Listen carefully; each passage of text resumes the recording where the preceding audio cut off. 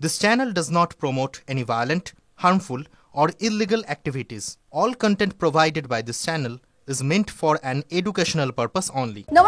যে তৃণমূলের ভেতরে টাকা তোলার একটা র্যাকেট চলছে এবং এই র্যাকেটের সৌজন্যে আসলে এটা আইপ্যাকের সৌজন্যে এই র্যাকেট কখনো আইপ্যাক কথাটা সরাসরি বলছেন, কখনো একটু ঘুরিয়ে ব্যাকপ্যাক বলছেন, সে তিনি যাই বলুন, মদন এটা অভিযোগ করছেন, গুরুতর অভিযোগ যে তৃণমূল ছিল আগে একটা ক্লিন দল, স্বচ্ছ দল, আইপ্যাক এসে এই দলের ইমেজের সর্বনাশ করেছে। মমতা বন্দ্যোপাধ্যায়ের গায়ে যেটুকু যা কালি লেগেছে পুরোটাই এই এজেন্সির সৌজন্যে। শুনুন, তারপরে যাব বিশ্লেষণে। আমাদের তখন তো হাসপ্যাক বা হ্যাকপ্যাক কিছু দরকার হয়নি, আমরা নিজেরাই করেছিলাম, কোনো ডিসপিউট ছিল না। তৃণমূল ওয়াজ এ ভেরি ক্লিন পার্টি। হঠাৎ পার্টিতে যেভাবেই হোক, আমি কাকে ধরে কি ধরে আমি বলতেও পারি না, একটা এজেন্সি এসে গেল। এজেন্সি এসে এই ঘরে 6জন 8জন বসে আছি, সবাইকে বললো আমরা প্রত্যেকে আলাদা করে ইন্টারভিউ করবো, আর রটিয়ে দেওয়া হলো এরাই ক্ষমতার কেন্দ্রীকরণে রয়েছে, এরা যে নাম দেবে সেটাই হবে, মন্ত্রী হবে, এমএলএ হবে ইত্যাদি। এরাই ঘরের 8জনকে আলাদা করে ইন্টারভিউ করে বাবার নাম কি, ঠাকুরদার নাম কি, ঠাকুরদার বাবার নাম কি, বাবা কোথায় কোন কলেজে পড়েছে, মা কলেজে পড়েছে কি না, বাবা মায়ের বিয়ে কবে হয়েছিল, এই সব করে একটা বিরাট কাগজ বানালো। তারপরে যাওয়ার সময় তোমায় বলে গেল আমি তোমার কেসটা দেখছি, তুমি তোমারটাও দেখছি, ওনারটাও দেখছি, বলে নিজেদের মধ্যে এরকম একটা বিভেদ তৈরি করে দিল। আপনি যে অভিযোগটা করেছিলেন, তখনই এই টাকার প্রশ্নটা এলো যে টাকা দিতে হবে। তৃণমূলের বহু পুরনো ছেলে যারা তৃণমূলের মানে গোদা নেতা, এরকম অনেক লোক তারা টাকা দিয়েছে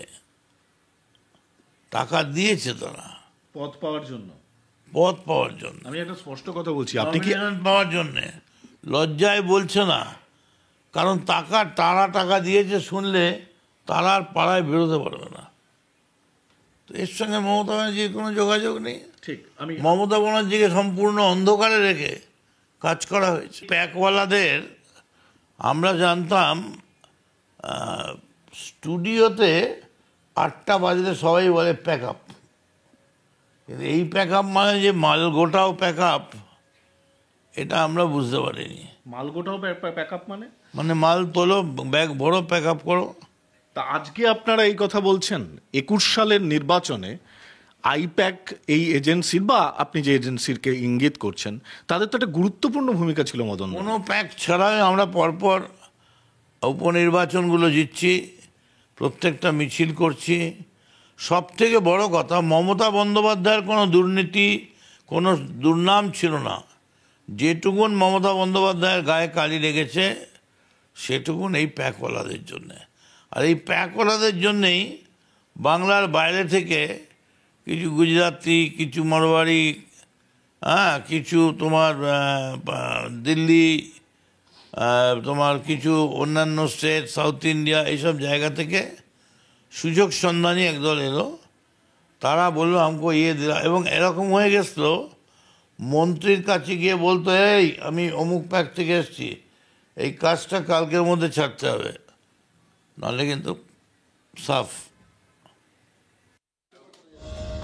দেখুন, আপনাদের আগেই বলেছি, এই খবর সম্প্রচারের পর TV9 বাংলার দফতরে বাংলার দর্শকদের একটা বড় অংশ, বেশিরভাগই তো দেখেন TV9, তারা ফোন করছেন, ফোন করে তারা বলছেন যে এটা শুধু দলের অন্দরের খবর কেন হতে যাবে, এটা তো সাধারণ মানুষের খবর। কারণ যে নেতারা টাকা দিয়েছেন তারা উসুল করে নিচ্ছেন নিশ্চয়ই কোনো না কোনোভাবে, সুতরাং এইটাকে আমরা নিয়ে খুব বিগ ডিল, এটা একটা বড় খবর। রাজা, মদন মিত্র শুধু এখানেই থেমে থাকেননি, তিনি আরো বলেছেন, তিনি বলছেন অভিষেক বন্দ্যোপাধ্যায় তিনি তো ছোট, বড়কে মমতা বন্দ্যোপাধ্যায়। শোনাই আগে একবার। আমায় বলা হয়েছিল মমতা বন্দ্যোপাধ্যায় নাকি কোটি কোটি টাকা নিয়ে নির্বাচনে নমিনেশন দিচ্ছে।